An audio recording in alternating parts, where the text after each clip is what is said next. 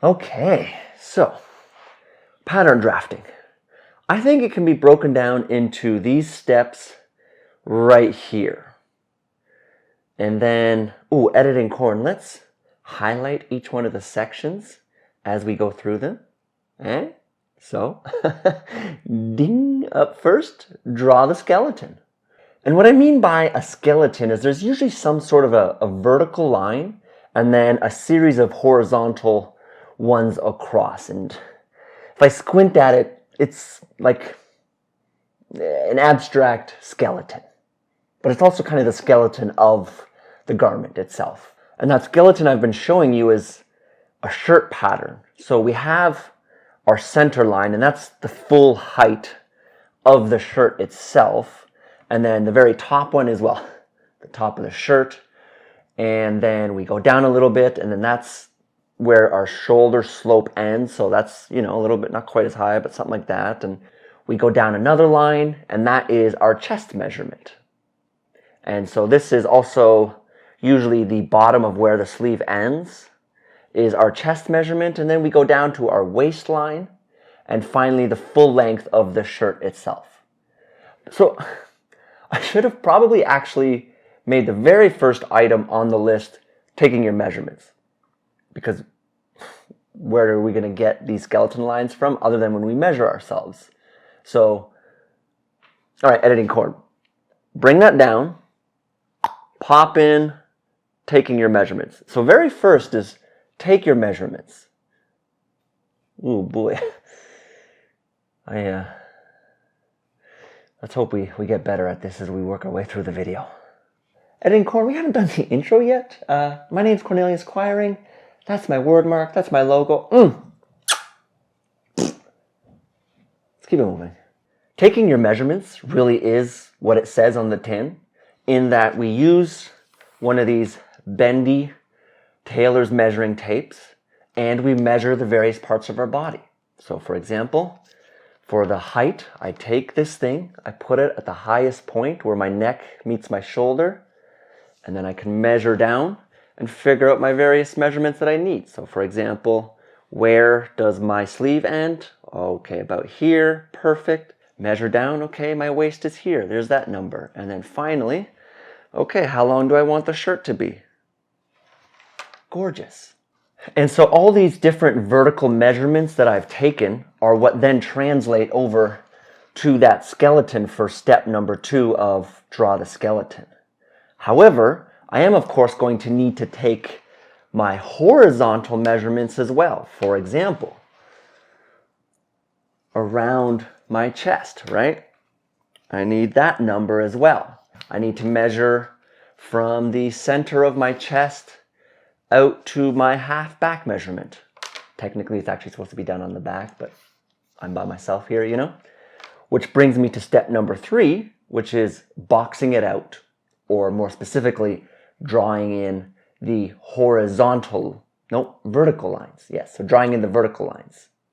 With the chest measurement, I would then take it and divide it by 2, and I now have the 2 lines that go on the outsides, and I know exactly how wide my pattern pieces are going to be. Moving up to the sleeve area, well, I want to bring in a couple lines, and these are going to help me to define where the curves of the sleeve are going to go. I need to box out the neck as well. And so at this point, we now have a whole series of grid lines. Think of it as the rough outline where we can now start working in some of those details that will become the actual pattern that's actually going to look like a garment that we can wear. Which brings us to step number 4, drawing in the details. For the first time, we can now start drawing some curves. So with the sleeve, for example, we're going to add a nice little teardrop shape in there. For the neck, again, just curl that out, put a beautiful little U in there, and then slap in a shoulder line, and well, look at that. It looks like a shirt pattern. And this is where the French curve starts becoming useful for its many different curves, which I will explain a little later when I talk about the tools needed for pattern drafting. And the back patterns are basically the same thing as the front, except of course we have a shallower curve for the neck. We might play with the curves of the sleeve just a touch because, well, we're a forward-moving creature, which means our backs are larger. Just add a touch more fabric there. Sleeves, which I didn't really talk about, is also going to follow the exact same process as what I've described here. We're excited to make a sample here, but we first have to true up our seams. And truing up our seams is actually a real industry term. It isn't just entirely Mickey Mouse operation over here. Okay, I know a few things. And few is the key word here. But truing up the seams essentially means I have to make sure that the sections that I'm going to be sewing together are actually the same length, or else it ain't going to match up. So, for example, with the front and back piece of this shirt here that I've been using as an example, I want to make sure that the shoulders of the front piece actually match the shoulders of the back piece. What this means is, say for example, the shoulder on my front piece is 6 inches and the shoulder on the back is 6.5. It's a bit of an egregious difference, but let's run with it because it's easy math. Well, what I would do is find the average between the two, which is 1/4 inch. So I would make the front piece 1/4 inch bigger to 6.25 inches, and then I would shrink the back down to 6.25 as well. And boom, my seams have been trued up. Editing corn, let's actually bundle these next two steps together because one needs the other and so on and so forth. So ding ding. I now want to go ahead and make a sample so I can trim out this pattern that I created. I lay it down on my fabric, and then I'm going to draw in my seam allowance because, of course, well, we need some extra to sew this puppy together. However, the reason I was mentioning combining these two is when I'm figuring out my pattern, I like to do this initial method, but then once I've got my pattern, just so, I'll go ahead and add the actual seam allowance onto the paper pattern, because that way, anytime I want to make another garment, I know it's all there. Don't have to worry and fuss about it. Just whop, lay it down, trim that puppy out, and get to sewing. And then finally, we have to alter our patterns. And this is the real doozy of the pattern drafting stage. It's going to end up taking considerably more time than all those other steps combined.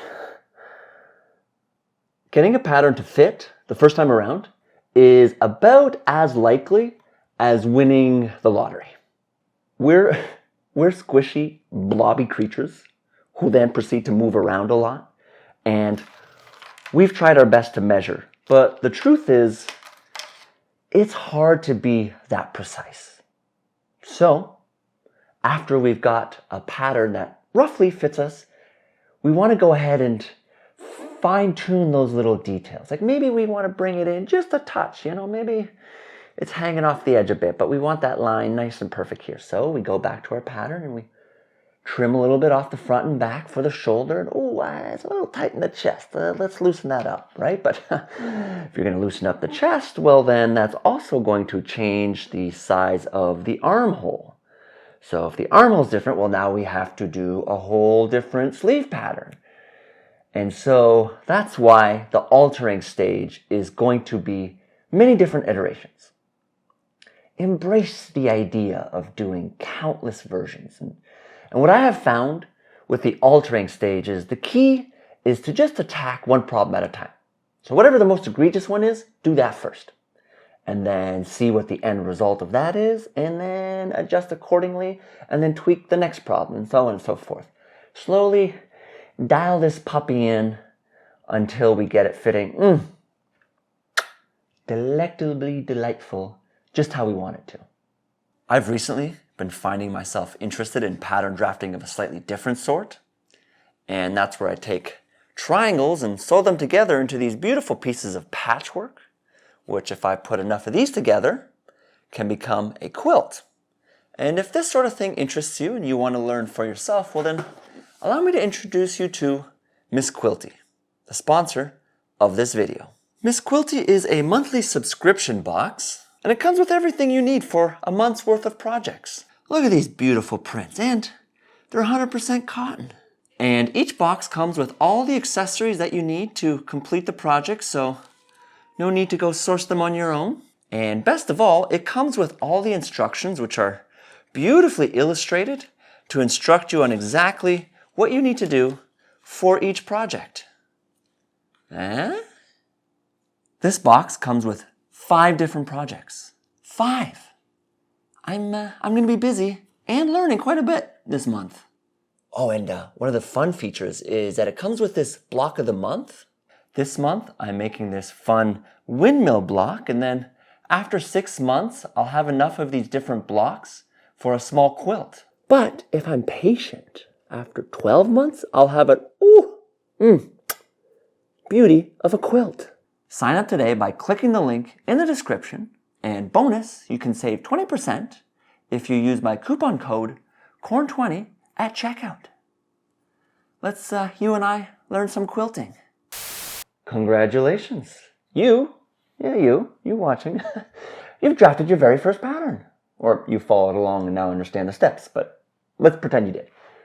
You can now take this pretend shirt pattern here and make yourself a t-shirt.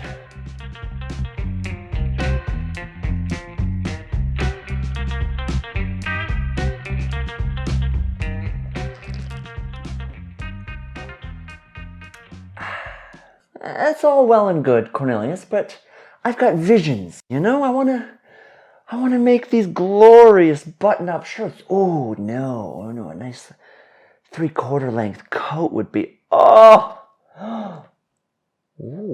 some wide-legged, high-waisted pants. That's what I actually want to be drafting and making. Well, dear viewer, then let me introduce the concept of building off of the block. Essentially, the idea is that we create what's known as a block for our top and bottom.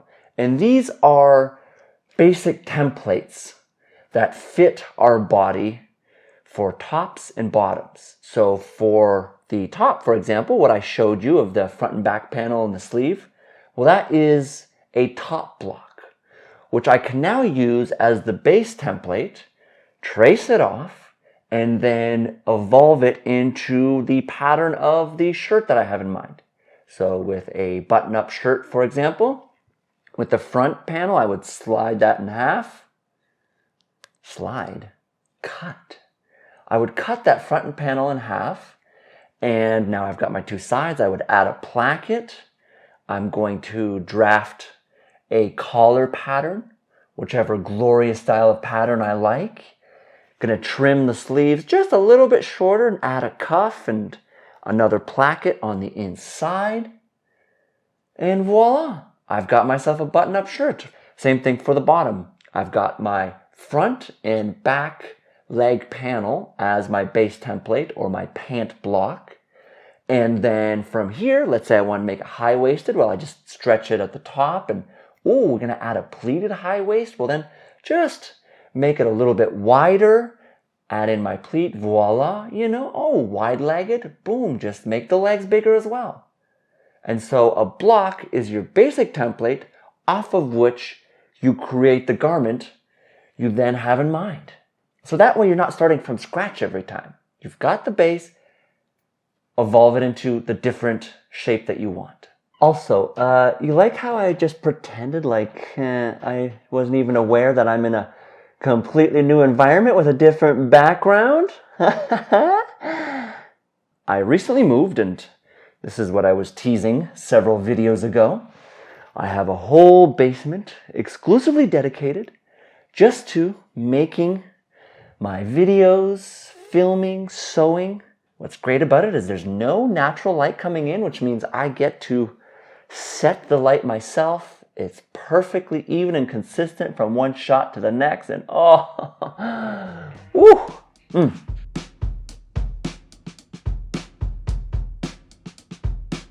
want to point out that what I'm showing you here is flat pattern drafting, and it very much is what it sounds like. It's drafting them on a flat piece of paper or screen, whatever your technique is. The other way to draft a pattern is with a tailor's form, or a mannequin, whatever we want to call it. And in this sort of a method, we're creating our pattern pieces on the actual body of the thing. And so we can sort of tape out what we want the shapes to be, lie our fabric on top of it, and then trace and cut it out. You can also drape on the actual form itself if it's a more flowy piece. It's a very different approach, and I've never done it before, so I can't actually teach you about that. Look, I don't know everything. I can only teach you what I know. Spinach, bananas, a little ginger in there, peaches, strawberries, frozen, a little mango frozen, yogurt, all the yummy stuff. Highly would recommend. Oh, and orange juice. Don't make your smoothies with water. Do orange juice or something like that. Oh, it's going to be a burst of flavor.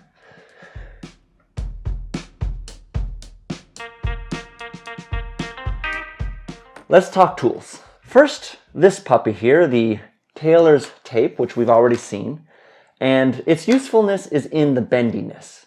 So, for example, what's my neck measurement, you know? And voila, I know.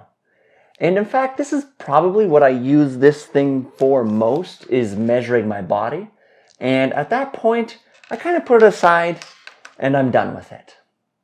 Now, if you're in a bit of a pinch and you don't have one of these, you can also just take a string, figure out how much it is, and then straighten out that string, hold it against a ruler, and boom, you've got yourself a measurement as well. From here, we move on to this L-shaped ruler, sometimes called a square ruler. Other people refer to it as a carpenter's ruler. Many names, super useful, and apparently in multiple trades as well. So you're definitely going to want one of these. I've mocked up a quick little example here. I've got my main vertical line and then my various horizontal lines. I've started boxing it out. And now I want to box out my sleeve, for example. Well, I take this L ruler and I'm going to align it with the outside. And well, let's just pretend that my half back measurement is 7.5 inches. I'm going to go ahead, I mark that off right there. I now square up my ruler with the top here. Voila, right there. Okay, perfect. And then I can draw my line down, or square it out, as it's called. And this way I know that I'm going to have nice, perfect 90-degree angles on all the different boxes that I create. And what makes it super versatile is the fact that the measurements count up in each direction. So no matter which side I'm using, whether I go like this or, for example, I flip it around and let go like this, I always have measurements that count out. Fantastic little feature. And then finally, we have the French curve. And I, for a long time, was very confused and confounded by this ruler. Like, there seemed to be highly specific curves on it, and so surely there must be a reason for it, and I just don't get it. And so I searched high and low, and well, it turns out these different curves are just meant as varying degrees of curviness, which we can then patch together to create whatever we need. And so back to my armhole example here, I kind of want a shallow curve like this, which then becomes a teardrop shape like that, and it'll curve up and be the other side. But what I would do is I would then take my French curve and I would figure out roughly where it makes sense. So I'm going to say about here, something like that. And then I want more of a teardrop shape at the bottom, so I find where that curve is going to give me what I want. So roughly, let's say, no, that's too much, maybe there, okay. I'm going to draw that in like so. And then I'm just going to manually kind of patch together that curve there. And that's a little bit, you know what? I want it a little bit shallower going in, so maybe more like that, and then curve that in to meet there like so. And so that is essentially my curve that I have created. So as you can see, it's not exact science, more so as a bit of a guide to help you create curves. And if I'm going to be very honest with you, I've actually kind of stopped using the French curve myself, because what I do instead is I just manually kind of draw in my curve as I feel like I need it. Because I've seen enough curves at this point to know what they should look like, that I can just sort of smooth hand it in.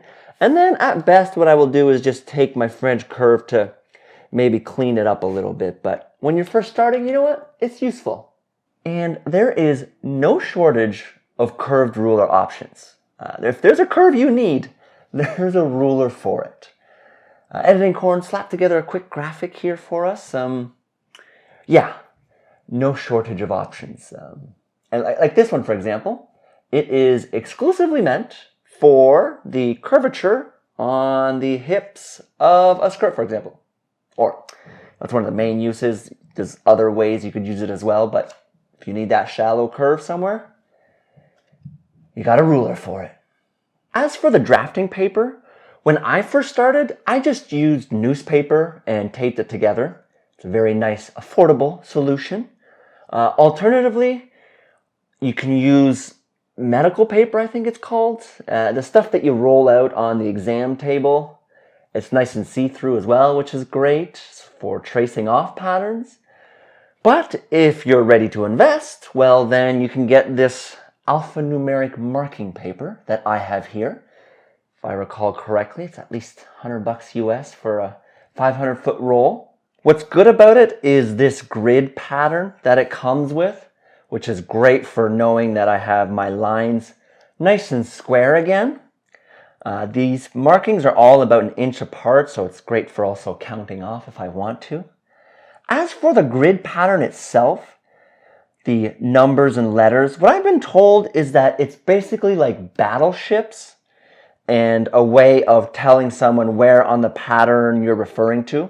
So for example, you could be like, over at G1, so that's the letter G there, 1, I would make that curve a little bit deeper, you know, something like that. Or perhaps if you head on over to F3, okay, where's F? Okay, F3, okay, right there. So F3, yeah, maybe go a little less deep, you know, that sort of a thing. And then, once the pattern is just so, we go ahead and copy over what we did here onto oak tag paper. Again, this is just a fancy word for a thicker, heavier paper. I believe it's the same stuff that manila envelopes are made out of. And the beauty of that is that you now have a full-size pattern out of a thick paper which can be easily traced on the fabric. I've never actually traced any of my patterns over onto oak tag, and that's because I just haven't had the room. I was living in a small apartment.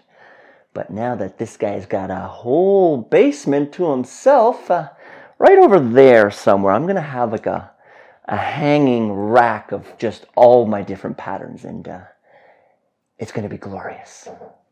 Visions, I tell you. I've got all kinds of visions for growth and what we're going to do here.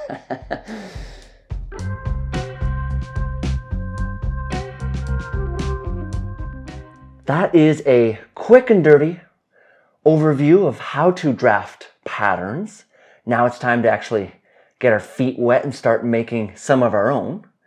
And I suggest starting off real simple. Start by drafting a pattern for one of your couch pillows, or your bed pillow or something. Then increase the complexity. Maybe you do a tote bag, you know? Maybe you do one of them 3D ones, not just the kind that are 2 sheets, but like have side panels. Measure out exact sizes that you want. From here, perhaps we go to, I don't know, a sleeveless shirt. We can measure our bodies now. We don't have to worry about getting sleeves. It's just a couple straps and a tube around, and so on and so forth. But let's be frank. I'm sure every single one of you who's watching this has some sort of a project in mind, a vision of a thing, a goal, a dream, and start with that. And that's simply because that's something you're actually going to want to do. You're going to have fun. You're going to care about it. And oh, trust me, it's going to be much harder than you think, but you're going to keep at it because you want it, and you'll learn so much from the mistakes that you make. Oh, so moody. Oh, corn. Oh, cinematography. Anything broken down into small enough chunks is manageable. So approach whatever it is that you're going to make in the exact same manner. And if you're ready to dive right in, I do have a whole series of pattern drafting courses available at this URL right here. There's an introduction to pattern drafting class. I've got some pant drafting classes, and I'm continuing to work on more every single day. Almost every day. Some days I have to do other stuff like editing, but you get the point. If you enjoyed this and want to join the Corn Cob universe, I do have a Patreon account available over here. Not only are you supporting my efforts, there's a burgeoning community of fellow enthusiasts. We're chatting all the time over on Discord. Plus, you get exclusive content along with many other perks. Or just head on over to my website where you'll see everything that I've got going on. And if you're still here, well, a giant thank you. And, well, I'd love to know, what was the first pattern you ever drafted or altered? Let me know down in the comments. That way I know you're one of the true heroes who makes it to the end. Thank you. Also, I was an excuse to put up some videos and other stuff if you want to watch more. So, all right, enough yakking, Corn.